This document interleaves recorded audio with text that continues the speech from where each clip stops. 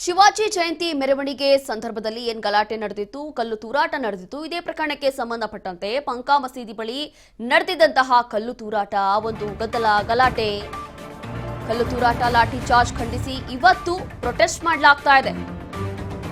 ಹಿಂದೂ ಸಂಘಟನೆಗಳಿಂದ ಬೃಹತ್ ಹೋರಾಟಕ್ಕೆ ಸಿದ್ಧತೆ ಆಗ್ತಾ ಇದೆ.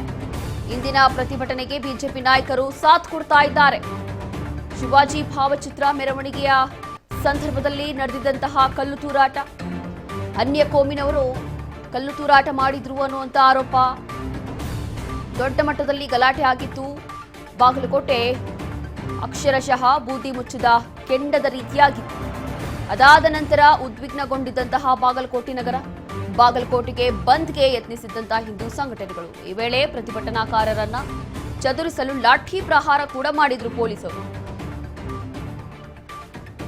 ಇದೀಗ ಘಟನೆ ಖಂಡಿಸಿ ಇಂದು ಹಿಂದೂ ಸಂಘಟನೆಗಳ ಹೋರಾಟ ಇದೆ. ಹಿಂದೂ ಸಂಘಟನೆಗಳು ಇದೀಗ ಹೋರಾಟ ಮಾಡಲಿಕ್ಕೆ ಸಜ್ಜಾಗ್ತಾ ಇದ್ದಾರೆ. ಬಾಗಲಕೋಟೆಯಲ್ಲಿ ಕಳೆದ ಕೆಲ ದಿನಗಳ ಹಿಂದೆಷ್ಟೇ ನಡೆದಿದ್ದಂತಹ ಗಲಾಟೆ ಇದು ಇನ್ನೇನು ಒಂದು ವಾರ 10 ದಿನ ಆಗ್ತಾ ಇದೆ. ಶಿವಾಜಿ ಜಯಂತಿ ಇತ್ತು. ಶಿವಾಜಿ ಜಯಂತಿಯ ಟೈಮಲ್ಲಿ ಮೆರವಣಿಗೆಯ ಸಂದರ್ಭದಲ್ಲಿ ನಡೆದಿದ್ದಂತಹ ಕಲ್ಲು ತೂರಾಟ, ಅದಾದ ನಂತರ ದೊಡ್ಡ ಮಟ್ಟದಲ್ಲಿ ಗಲಾಟೆ ಆಯಿತು. ಅಂಗಡಿ ಮುಂಗಟ್ಟುಗಳು ಎಲ್ಲವೂ ಕೂಡ ಬಂದ್ ಮಾಡಿ 144 ಸೆಕ್ಷನ್ ಜಾರಿ ಮಾಡಿ, ಅದಾದ ನಂತರ ಎಲ್ಲವೂ ಕೂಡ ಪೊಲೀಸರು ಸಿಕ್ಕಾಪಟ್ಟೆ ಅಲರ್ಟ್ ಆಗಿದ್ರು. ಆ ಮಟ್ಟಕ್ಕೆ ಪರಿಸ್ಥಿತಿ ಹಾಳಾಗಿತ್ತು ಬಾಗಲಕೋಟೆಯಲ್ಲಿ. ಆ ಟೈಮಲ್ಲೂ ಕೂಡ ಹಿಂದೂ ಸಂಘಟನೆಗಳು ಹೋರಾಟ ಮಾಡ್ತೀವಿ ಅಂತ ಹೇಳಿ ಮುಂದಾಗಿದ್ರು. ಆದರೆ ಅದಕ್ಕೆ ಪೊಲೀಸರು ಅವಕಾಶ ಕೊಡಲಿಲ್ಲ. ಎಲ್ಲರಿಗೂ ಕೂಡ ಲಾಠಿ ಚಾರ್ಜ್ ಮಾಡಿ ಓಡಿಸಿದ್ರು. ಅದಾದ ನಂತರ ಜಿಲ್ಲಾಡಳಿತದಿಂದ ಶಾಂತಿ ಸಭೆ ಮಾಡಲಿಕ್ಕೆ ಬಹಳಷ್ಟು ಪ್ರಯತ್ನವನ್ನ ಪಟ್ಟರು. ಒಂದು ದಿನ ಹಿಂದೂ ಸಂಘಟನೆಗಳು ಆ ಒಂದು ಶಾಂತಿ ಸಭೆಗೆ ಹೋಗಿರಲಿಲ್ಲ. ಮತ್ತೊಂದು ಕಡೆ ಮುಸ್ಲಿಂ ಸಮುದಾಯದವರು ಕೂಡ ಆ ಒಂದು ಶಾಂತಿ ಸಭೆಗೆ ಹಾಜರಾಗಿರಲಿಲ್ಲ. ಅದಾದ ನಂತರ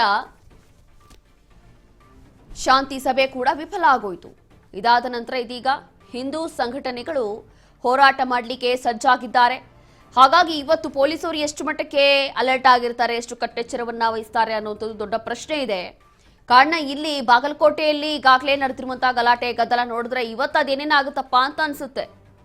ಹಾಗಾಗಿ ಇಂಥ ಟೈಮಲ್ಲೂ ಕೂಡ ಹೆಚ್ಚು ಕಡಿಮೆ ಆಗಬಾರ್ದು ಅಂತ ಹೇಳಿ ಪೊಲೀಸರು ಬಹುಶಃ ಅಲರ್ಟ್ ಆಗಿರ್ತಾರೆ. ಆದರೂ ಕೂಡ ಇವತ್ತು ಯಾವುದೇ ಅತಿ ಹೆಚ್ಚಾಗಿ ಗಲಾಟೆ ಗದ್ದಲ ಮಾಡಲಿಕ್ಕೆ ಅವಕಾಶ ಮಾಡಿಕೊಡೋದಿಲ್ಲ. ಶಿವಾಜಿ ಮೆರವಣಿಗೆಯ ಸಂದರ್ಭದಲ್ಲಿ ಕಲ್ಲು ತೂರಾಟ ನಡೆದಿತ್ತು. ಅದಾದ ನಂತರ ಹಲವರ ಮೇಲೆ ಎಫ್ಐಆರ್ ಆಗಿತ್ತು.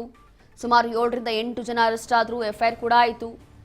ಆ ಟೈಮಲ್ಲೇ ಹಿಂದೂ ಸಂಘಟನೆಗಳು ಹೋರಾಟ ಮಾಡಲಿಕ್ಕೆ ಮುಂದಾಗಿದ್ರು. ಆದರೆ ಪೊಲೀಸರು ಅದಕ್ಕೆ ಅವಕಾಶ ಮಾಡಿಕೊಟ್ಟಿರಲಿಲ್ಲ, ಲಾಠಿ ಚಾರ್ಜ್ ಮಾಡಿದ್ರು. ಇದಾದ ನಂತರ ಇವತ್ತು ಇದೀಗ ಹಿಂದೂ ಸಂಘಟನೆಗಳು ಪ್ರೊಟೆಸ್ಟ್ ಮಾಡಲಿಕ್ಕೆ ಮುಂದಾಗಿದ್ದಾರೆ.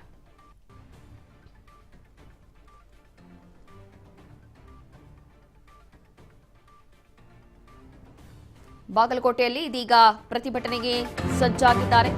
ಬಾಗಲಕೋಟೆಯಲ್ಲಿ ಹಿಂದೂ ಸಂಘಟನೆಗಳ ಪ್ರತಿಭಟನೆ, ಅಹಿತಕರ ಘಟನೆಗಳು ನಡೆಯದಂತೆ ಖಾಕಿ ಹದ್ದಿನ ಕಣ್ಣನ್ನ ಇಟ್ಟಿದೆ. ಬಾಗಲಕೋಟೆ ನಗರದಾದ್ಯಂತ ಪೊಲೀಸ್ ಬಿಗಿ ಭದ್ರತೆ ಇದೆ. ಇಂದು ಕೂಡ 3 ಕಡೆಗಳಲ್ಲಿ ನಿಷೇಧಾಜ್ಞೆ ಜಾರಿ ಮಾಡಲಾಗ್ತಾ ಇದೆ. ನವನಗರ, ಕಿಲ್ಲಾ ಗಲ್ಲಿ ಸೇರಿದಂತೆ 3 ಕಡೆ ನಿಷೇಧಾಜ್ಞೆ. ಕಿಲ್ಲಾ ಓಣಿಯಲ್ಲಿ 4 ಹೆಚ್ಚು ಜನ ಸೇರಿದಂತೆ ಸೂಚನೆ ಕೊಡಲಾಗಿದೆ.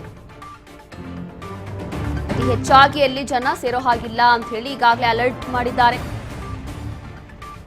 ಇಂದು ಕೂಡ 3 ಕಡೆಗಳಲ್ಲಿ 144 ಸೆಕ್ಷನ್ ಜಾರಿಯಾಗಿದೆ. ಯಾರು ಅಲ್ಲಿ ಸುಖ ಸುಮ್ಮನೆ ನಿಂತ್ಕೊಂಡು ಟೈಮ್ ಪಾಸ್ ಮಾಡೋದು, ಗುಂಪು ಕಟ್ಕೊಂಡು ನಿಂತ್ಕೊಳ್ಳೋದು ಅದೆಲ್ಲವೂ ಕೂಡ ನಡೆಯೋದಿಲ್ಲ.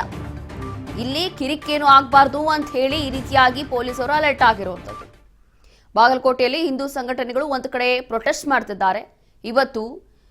ಅದಾದ ನಂತರ ಅದೇ ಒಂದು ವಿಚಾರಕ್ಕೆ ಸಂಬಂಧಪಟ್ಟಂತೆ ಏನು ಗಲಾಟೆ ಆಗಬಾರ್ದು, ಗದ್ದಲ ಆಗಬಾರ್ದು, ಕಿರಿಕ್ ಆಗಬಾರ್ದು ಅಂತ ಹೇಳಿ ಪೊಲೀಸರು ಕೂಡ ಸಿಕ್ಕಾಪಟ್ಟೆ ಅಲರ್ಟ್ ಆಗಿದ್ದಾರೆ.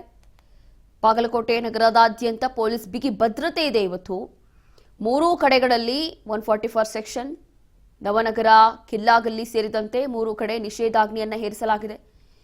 ಯಾರು ಕೂಡ ಅತಿ ಹೆಚ್ಚಾಗಿ 4ರಿಂದ 5 ಜನ ಗುಂಪಾಗಿ ಸೇರೋದು ಅಥವಾ ನಿಂತ್ಕೊಂಡು ಮಾತಾಡೋದು, ಕಿರಿಕ್ ಮಾಡೋದು ಅದೆಲ್ಲವೂ ಕೂಡ ಮಾಡೋ ಹಾಗಿಲ್ಲ. ಆ ಥರ ಏನಾದರೂ ಮಾಡಿದ್ರೆ ಕೂಡಲೇ ಪೊಲೀಸರು ಅವ್ರನ್ನ ಎತ್ತಾಕೊಂಡು ಹೋಗ್ತಾರೆ ಅಷ್ಟೇ. ಹಾಗಾಗಿ ಯಾವುದೇ ಗಲಾಟೆ ಆಗಬಾರ್ದು ಅಂತ ಹೇಳಿ ಪೊಲೀಸರು ಹದ್ದಿನ ಕಣ್ಣಿಟ್ಟಿದ್ದಾರೆ.